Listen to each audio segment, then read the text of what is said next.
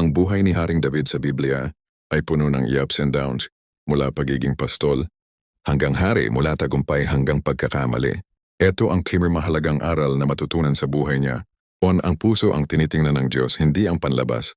Si David ay pinili ng Diyos kahit hindi siya ang pinakamatipuno o pinaka-popular sa magkakapatid. Aral, sa buhay hindi lang talento o hitsura ang mahalaga, kundi ang puso na handang sumunod sa Diyos. 2. Huwag malitin ang sarili.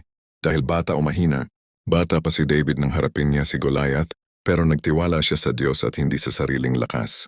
Aral, kahit maliit o bata, kayang gamitin ng Diyos ang isang tao para sa malaking layunin. 3. Magtiwala sa Diyos kahit sa gitna ng panganib. Habang hinahabol siya ni Saul, hindi siya gumanti o pinatay si Saul kahit may pagkakataon.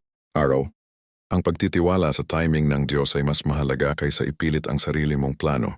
Part, pagkaminin na nagpagsisisi ang daan sa pagbangon, nagkasala si David kay Bathsheba, pero hindi siya nagtago sa kasalanan. Siya ay nagsisi at humingi ng kapatawaran.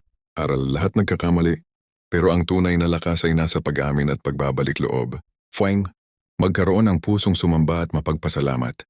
Si David ang may akda ng maraming awit, Psalms, puno ng papuri, panalangin at pagsamba.